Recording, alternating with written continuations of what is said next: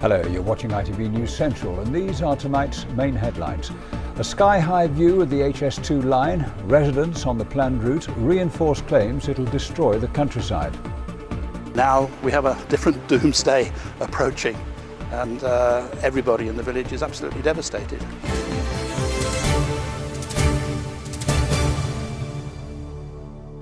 Good evening. Supporters of the high-speed railway HS2 will warn at a major conference tomorrow that there will be serious consequences if the project is scrapped. They'll claim that our existing lines will clog up and Britain's economy will be damaged. But along the planned routes between London and the Midlands and the North, opponents say it will destroy the countryside and hit the tourist industry. In a moment, we'll be speaking to the head of environment at HS2 Limited, Peter Miller. And in the first of two special reports, our transport correspondent Keith Wilkinson has taken to the air to look at the impact it could have on some of our most picturesque districts.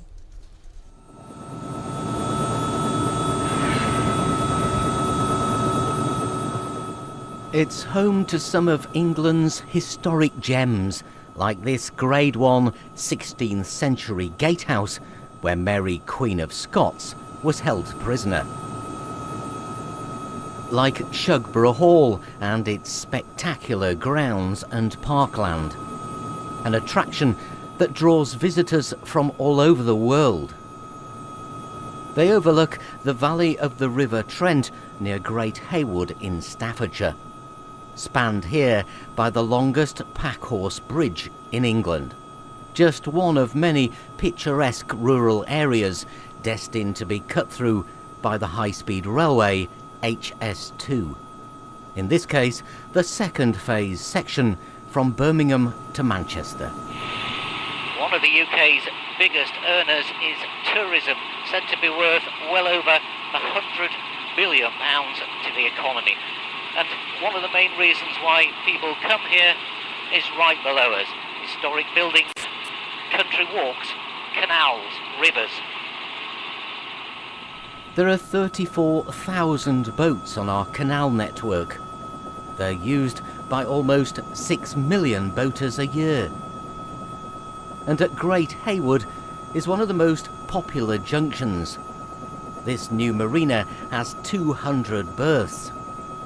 They'd like to expand, but the route of HS2 is to be built right alongside on a gigantic concrete viaduct and embankment straight across the canal and the Trent floodplain. On the other side of the valley, it will slice right through the golf course at Ingestry. Well, if it happens to go ahead, then it will decimate the course completely. We'll cut it completely in half and ruin the course as it stands.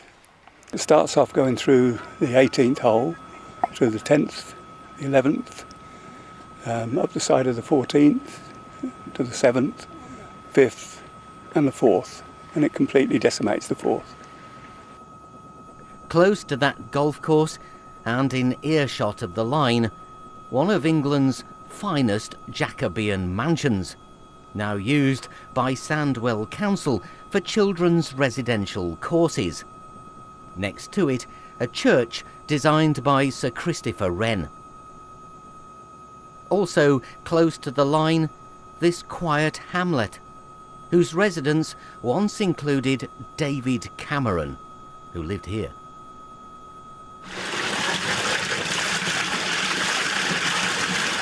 Michael Woodhouse built this water wheel in his garden so he could enjoy his retirement listening to the trickle of water. He fears that retirement will be anything but peaceful, especially once the construction lorries roll in. Well, it's a beautiful rural setting.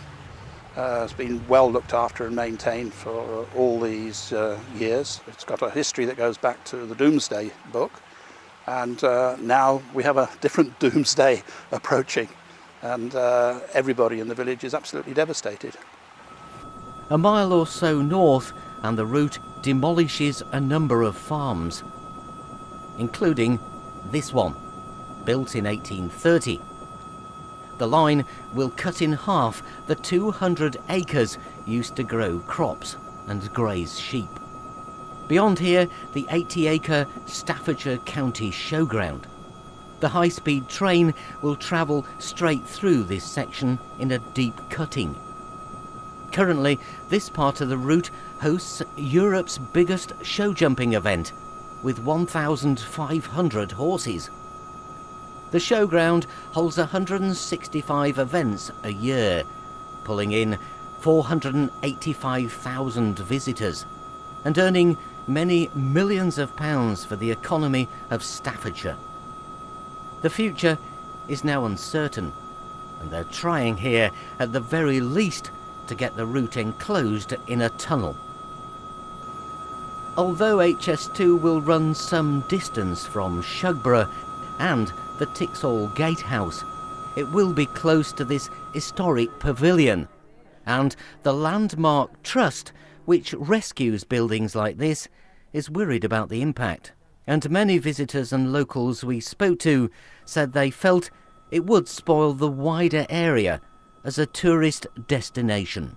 I think that if there was a high-speed link coming very close to a property like this landmark property here, then it would be very difficult to think of it as a beautiful and peaceful location. Would you come here if there was a high-speed railway about a mile away? I don't think so, because it would spoil the views completely across these fields and over the valley. It would just look absolutely awful. We're seeing this thing coming through 50, 60 feet high on railway embankments and on viaducts.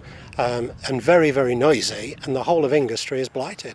This thing does not stop in Staffordshire. It tears a massive gap and scar right the way through properties. Supporters of HS2 say far from destroying tourism, it will bring in even more visitors, especially from Europe, and it will help them get around the country. Much of the landscape, they say, will be protected with cuttings, tunnels and tree planting. But many of those who enjoy this bit of the countryside will take a lot of convincing. Keith Wilkinson, ITV News. Well, joining us for more on this is Peter Miller, who's Head of Environment at HS2 Limited. Mr. Miller, we've seen there the extensive potential damage that we could have to the countryside. And even now, the Agricultural Minister, David Heath, used the phrase, "you can't grow old trees." He was referring to his concern about the ancient woodlands. What's your response to that? I think where we are today is we're at the point of consulting on the line of route for phase 2, and my team have undertaken an extensive bit of work to get to this point, and we've endeavoured to keep the railway away from places where people live, the environmental features along the line of route, ancient woodlands and so forth, and many of the historic features that are featured in your piece to date. That's not the end of it.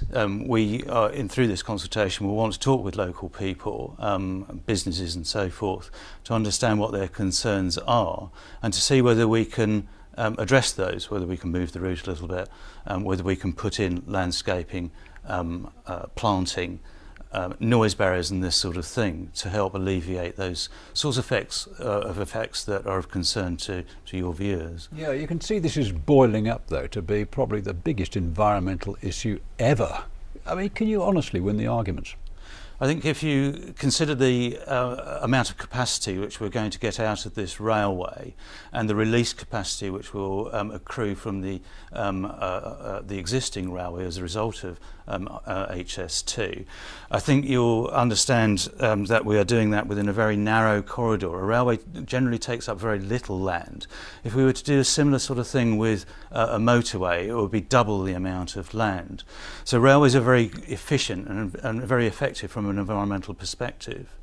Now, I worked on High Speed 1 and a lot that the Channel Tunnel Rail Link, and many of these sorts of concerns came to the fore on that particular project. And what we've been trying to do is keep the railway low in the environment, build up the ground alongside to hide it and screen it and provide planting, and we think that will be effective. Thank you for your contribution today.